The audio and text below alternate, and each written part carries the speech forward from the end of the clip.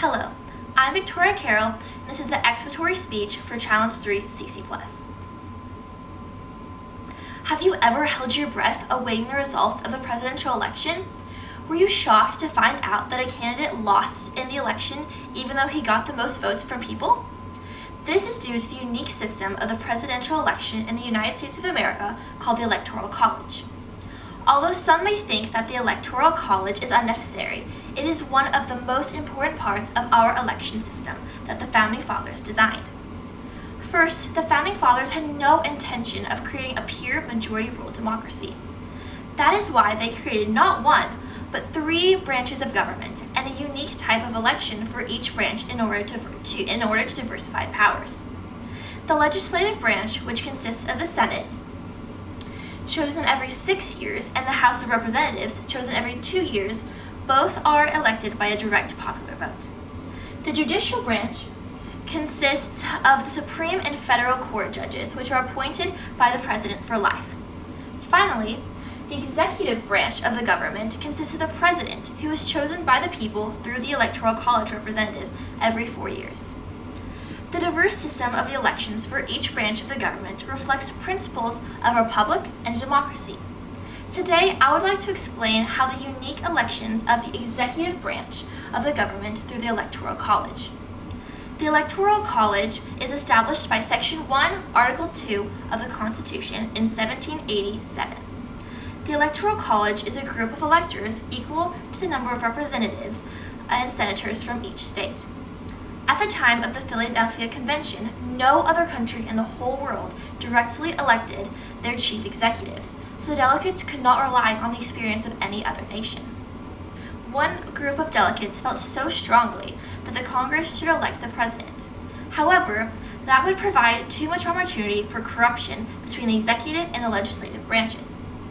Another group thought that the 18th century voters lacked the resources to be fully informed about the candidates, especially in rural outposts. And yet, others feared that a headstrong, democratic mob would steer the country astray. But the most important concern was a deep-rooted distrust of the executive power which the nation had just experienced from the King of England.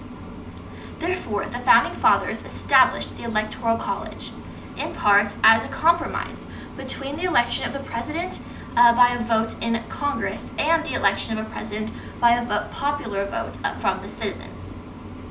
The Electoral College can be explained in 6 steps. First of all, the number of electors for each state is determined by the number of representatives and senators from each state. Second of all, electors are nominated at their party conventions.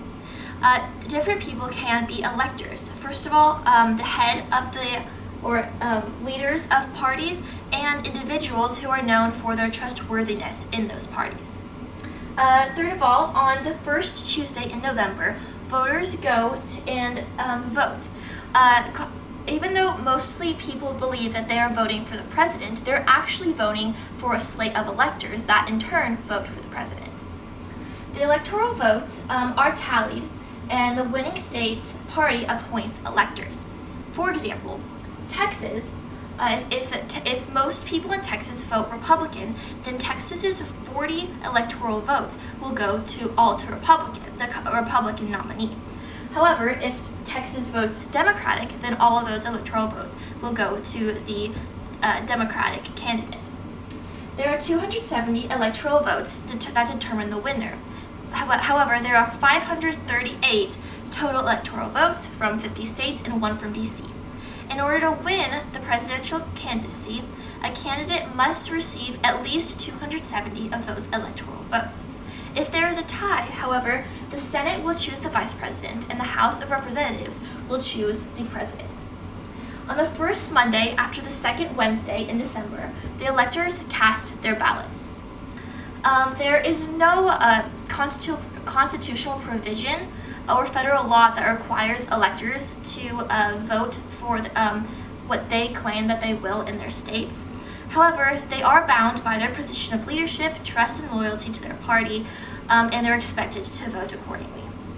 Finally, the votes are counted at a joint session of Congress on January 6th, and the president winner is officially announced.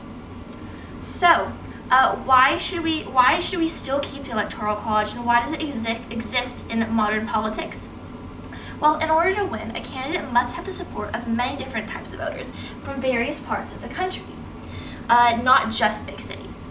The Electoral College also makes it hard to steal or manipulate elections. Votes must be stolen in the right states in order to change the outcome of the election.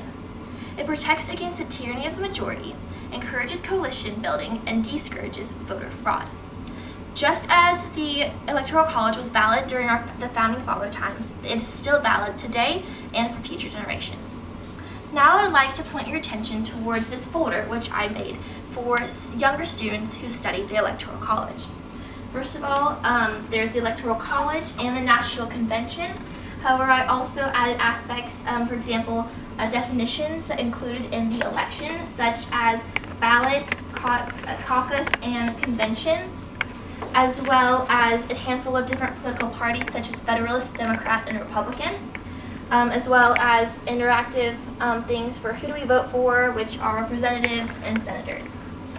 Finally, I also added the 3 branches of government and an electoral race, which students can move and see how the to-be president really campaigns. So this is the end of my presentation. Thank you so much for listening.